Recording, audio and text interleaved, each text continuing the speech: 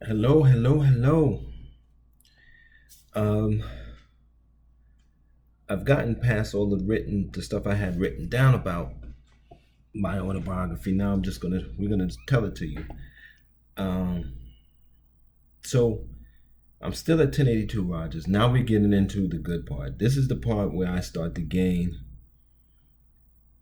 real consciousness, social consciousness. So, like I said, while I'm at 1082, I'm noticing my mother would take me to work with her um, sometimes, or would have taken me to work before I started working for Tony and Winston. Um, and then you have days where you have days out of school, and sometimes I would go to work with my mom. So, and I would sit on the couch and do these things and just not get in the way and watch my mom clean and cook and whatever the case may be. And I remember the white women she worked for was so impressed that I was mannerable.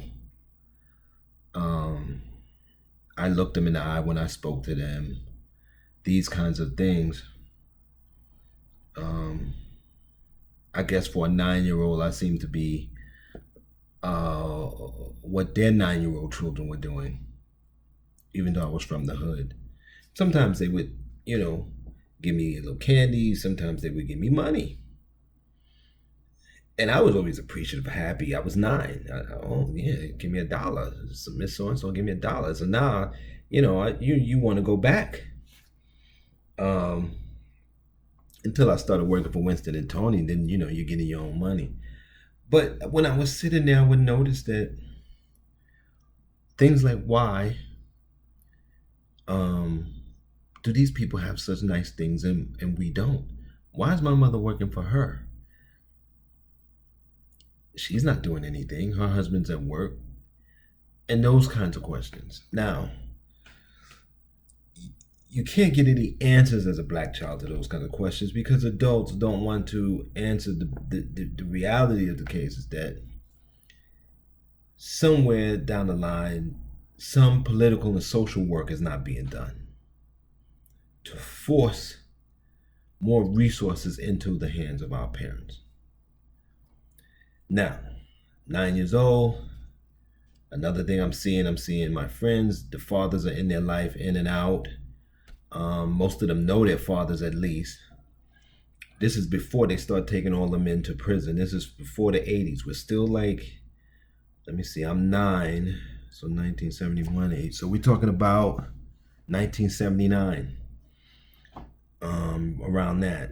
And so I asked my mother one time. I didn't want to ask because it was never talked about, and it was a shame thing. But I had listen. I have to know, and I asked her like, "Where's my father?" And she just told me, your father was this, that. When he realized I was pregnant, he didn't want you. He gave me money for an abortion, but I didn't do it. And I had you, and I took the money and I bought some stuff, some cribs and stuff like that. Now, that may seem hard to you, and it is a hard story, but it's not rare. And when you see people in the black community suffering like you do, they're carrying this stuff. They're not saying anything about it. I talk about it all the time, and I think my siblings get a little sick of it, but I'm not carrying my parents' shit. Fuck that. I'm not doing that. So I talk about it. I get it out, and it makes me feel better at least to get it out. Listen, the situations that I'm in was done before I was born. There was walls and blocks up before I was born, and I did damn well to overcome a lot of the stuff, with the help of my siblings, of course. But yeah, it's a lot of us that just won't question that, won't say anything, and we do this thing where we say, well, they did the best they could. Nah, that's not true. Because the best she could was to say, look, I'm poor. I got two daughters. Another mouth to feed it's not gonna be good. And she could have just said, I gotta do that. I gotta get this thing done. I can't bring another child into this world like this. And Ted would avoid 52 years of, for the most part, well, let's just say 30 years of suffering on and off. I've had years here and there where it was good, and then my marriage was good for me. But even that ended because of a lot of stuff that, again, comes from my position in the society. So, and some people can say, well, you can't blame this person, that person, that person for everything. But when you have a child, you're taking on a lot of responsibility. That's why you notice communities will do everything for their children. They make sure their children have somewhere to stay. They make sure their children have a future.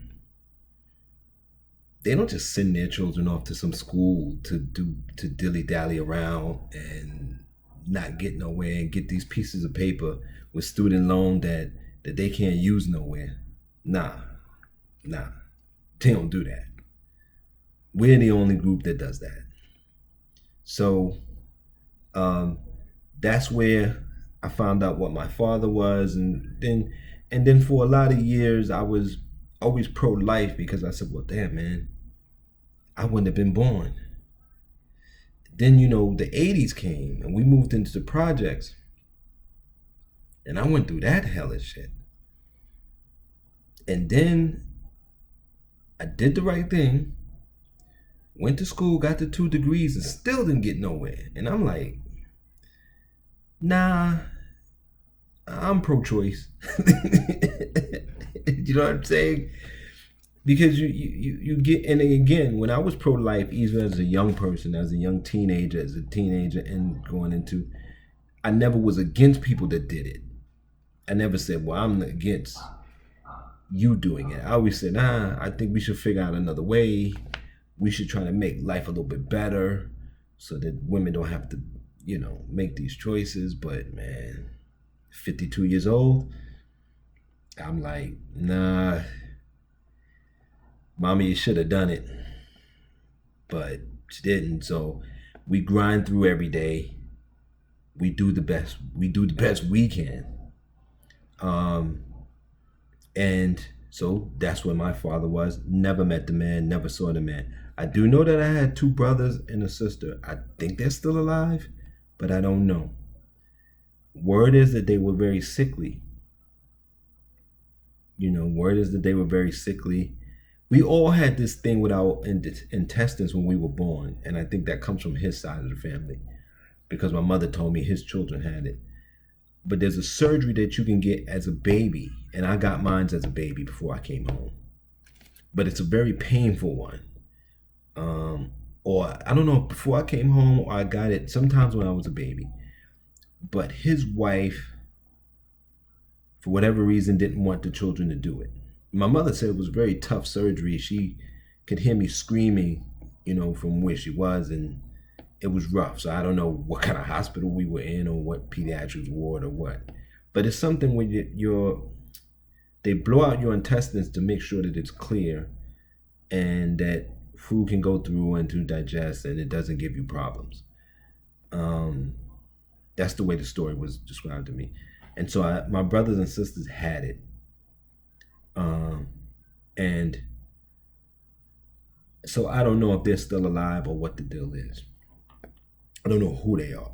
And for years when I would date a girl and she was from Queens, because that's where my father was from, or anywhere, any woman I dated, I had to ask, what's your name? What's your dad's name? If we were getting serious, like wanted to be serious, and I would say, well, wait a minute, what's your name? Tell me about this. I actually would do that at the beginning. What's your family? This is my family, this, blah, blah, blah. Just to know I wasn't dating my sister. Even though New York City is a big city, but you never know. You have to take these precautions. And like I said, this is not a rare thing in my community. It's a sad reality, especially people in my generation. I don't know after.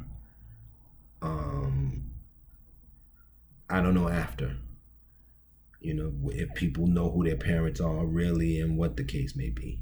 Our community is so fractured and so unfunctional at this point. I don't know, stuff like that probably don't even matter anymore.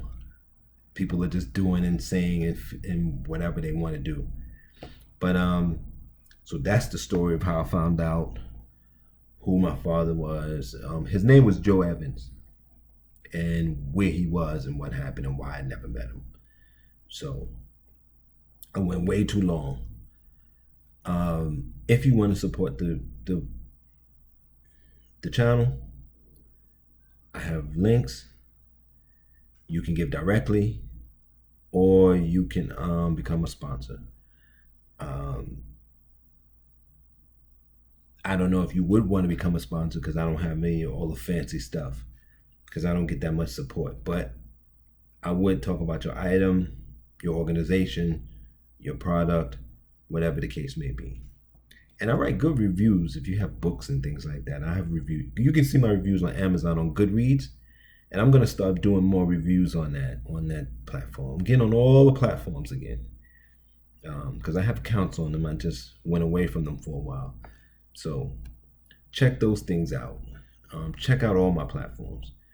See if there's anything you like. Until next time, please take care of yourselves. Take care of yourselves. Inside, outside, and be safe.